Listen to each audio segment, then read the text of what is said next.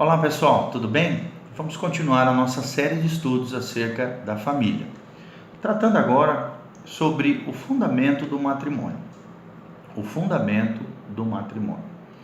Nós precisamos entender que o fundamento do matrimônio não é o amor sentimental, como muitos pensam, mas sim o compromisso da vontade, selado com um pacto, ou seja, com uma aliança diante de Deus. O fundamento do matrimônio não é o amor sentimental. Claro que envolve sentimentos, emoções, né? Isso que a gente chama comumente de amor, mas o compromisso da vontade, selado com um pacto, com uma aliança, é o que define, é o que fundamenta o verdadeiro matrimônio do ponto de vista de Deus. Nós vamos explicar logo em seguida mais acerca disso. Primeiro, vamos entender o que é o amor do ponto de vista de Deus, tá? Em nossos dias existe, infelizmente, conceitos errados, muito generalizados, de que o amor sentimental constitui a base do casamento. Isso se deve ao romantismo, né, dos filmes românticos e dos últimos séculos, do erotismo, das novelas dos nossos dias, programas de televisão, das literaturas nos dias de hoje e nos tempos antigos, né? As pessoas tem esse conceito errado do que fundamenta um casamento, uma família, esse amor sentimental. Mas certamente, e é claro, que o amor é um ingrediente importante dentro do casamento, elementar, essencial, mas não é a base da sua subsistência, não é a base da sua subsistência. O namoro pode conduzir duas pessoas ao casamento, por exemplo, mas este não pode ser o fundamento. Mas como fundamento desse namoro, dessa relação, não pode haver apenas mera atração natural de um pelo outro. Deus não poderia estabelecer algo tão importante como o casamento sobre bases tão instáveis como os sentimentos. Infelizmente você sabe, os sentimentos, as emoções são volúveis. Né? E as pessoas, hoje em dia, qualquer coisinha, ai pastor, eu não amo mais ela, eu não amo mais ele, o sentimento acabou. A base e o fundamento do casamento não é o amor sentimental, mas o compromisso da vontade selado com um pacto. Deus não poderia estabelecer algo tão importante como o casamento sobre bases tão instáveis como os sentimentos e as emoções. Diversas são as razões que podem mudar os nossos sentimentos, né? Por exemplo, dificuldades na convivência entre duas pessoas, maus tratos por parte de um ou de outro, falhas de caráter em nós ou na outra pessoa, o aparecimento de alguém mais interessante e etc. E outras coisas que podem alterar esses sentimentos, essas emoções. Depois de algum tempo, muitos casais chegam a essa triste conclusão: não nos amamos mais. Será que faz sentido permanecermos casados? É a pergunta que muitos fazem diante de crises matrimoniais. Pessoas colocam na cabeça e acham que já não amam mais a outra pessoa por esses motivos que nós falamos. Dificuldade de convivência, maus tratos, xingamentos, falhas de caráter em nós e em outras pessoas, o aparecimento de alguém mais interessante. E o diabo é especialista em usar esses argumentos, essas justificativas, para lançar a pessoa para fora do casamento, para fora do contexto familiar.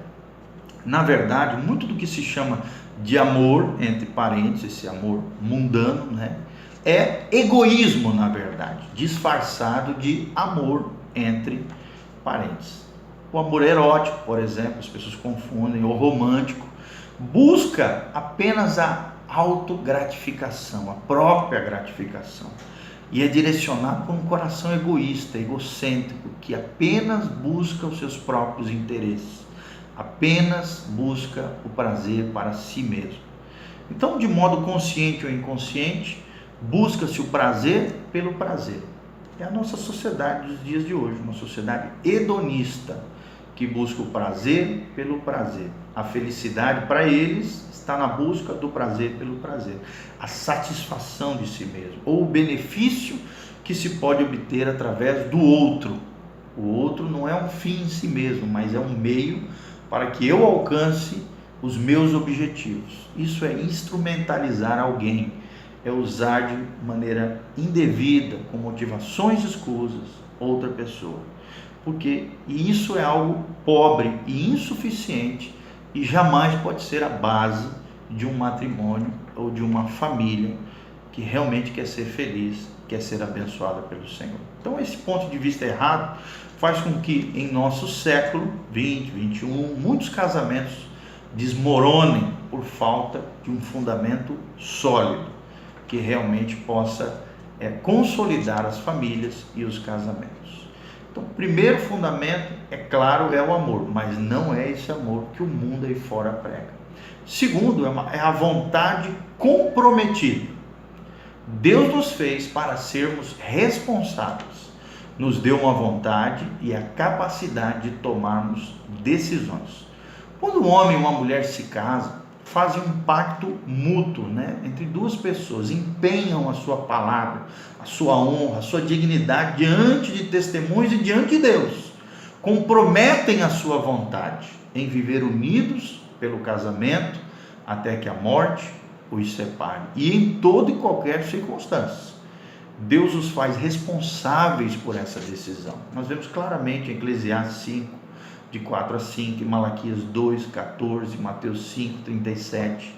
Nem sempre podemos controlar os nossos sentimentos, presta atenção nisso, mas a nossa vontade sim.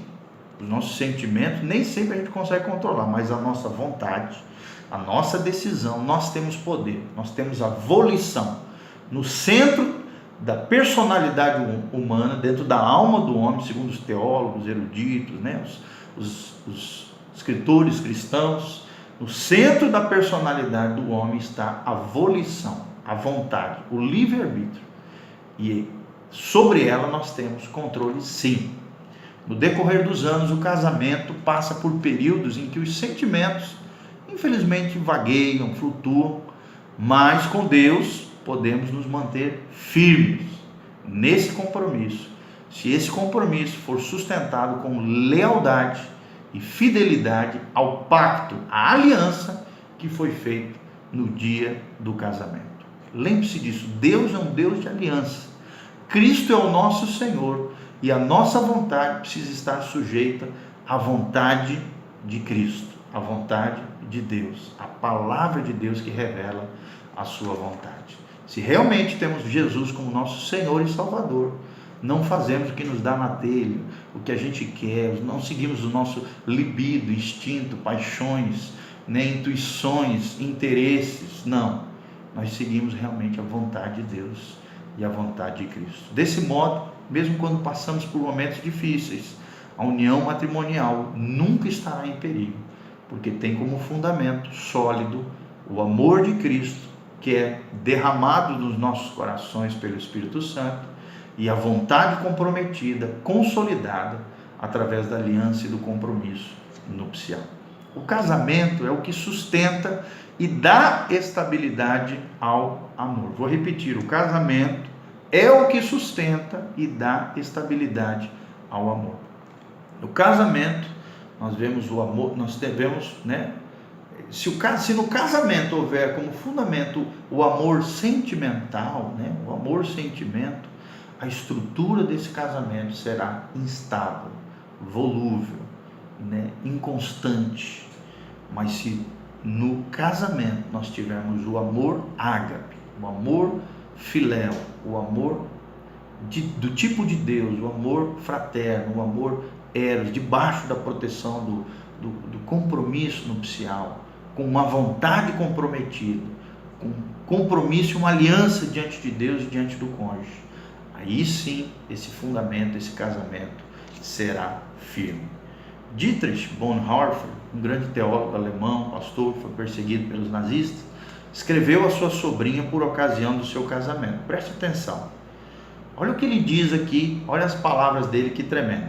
Ele diz assim: não é o vosso amor que sustenta o casamento, mas de agora em diante é o casamento que sustenta o vosso amor. Quando o fundamento que sustenta o matrimônio é a vontade comprometida entre duas pessoas, a união se torna firme e sólida. Dentro desse limite, o verdadeiro amor aflora, cresce e se torna estável. Como diz a palavra de Deus em Colossenses 3,19, maridos, amai a vossas esposas e não as trateis com amargura de coração. Tito 2,4, a Bíblia diz, a fim de instruírem as jovens recém-casadas a amarem seus maridos e seus filhos. Deus não diz que os cônjuges devem permanecer unidos no casamento se é que se amam, mas que devem se amar se estão unidos pelo casamento. Deste modo, o amor está garantido e permanece, se torna consolidado e estável diante de Deus e diante do casal, da família e diante das pessoas. O verdadeiro amor, que deriva do termo grego, como nós falamos, o amor ágape, o amor do tipo de Deus, é pensar no bem do outro, é querer fazê-lo feliz, é negar-se a si mesmo, é dar, é oferecer-se, né? É suportar, é sacrificar-se, é perdoar. Esse tipo de amor, longe de anular o amor sentimental ou romântico, pelo contrário, purifica-o, santifica-o e estabelece e faz com que esse amor perdure. Como diz o livro de Cantares 4:10, que bela é o teu amor, ó minha irmã, noiva minha. Que belo é o teu amor, ó minha irmã, noiva minha. Cantares 4:10. Então preste atenção em tudo isso que nós falamos acerca do casamento. O fundamento do matrimônio não é o amor sentimental, mas o compromisso da vontade selado com um pacto. Nós falamos sobre o amor sentimental e o perigo que ele gera se for o fundamento do casamento, e também falamos da diferença entre duas pessoas que têm uma vontade comprometida, selada com o pacto nupcial. Aí sim, o fundamento desse casamento será firme. Vou terminar com essa frase do Dietrich Bonhoeffer: não é o vosso amor que sustenta o casamento, mas de agora em diante é o casamento que sustenta o vosso amor. Amém? Que Deus abençoe essa palavra ao seu coração. Que a graça e a paz de Jesus estejam sobre a sua vida, sobre a sua casa e sobre a sua família. Um beijo do pastor Giovanni. Curta lá a nossa página no YouTube, né, o nosso canal do YouTube, PR Giovanni. Compartilhe com outras pessoas. Que a graça e a paz de Deus venham sobre a sua vida, sobre a sua casa, sobre a sua família, sobre tudo aquilo que você colocar as mãos. Siga aí a nossa série de estudos sobre família e seja abençoado e agraciado pelo Senhor.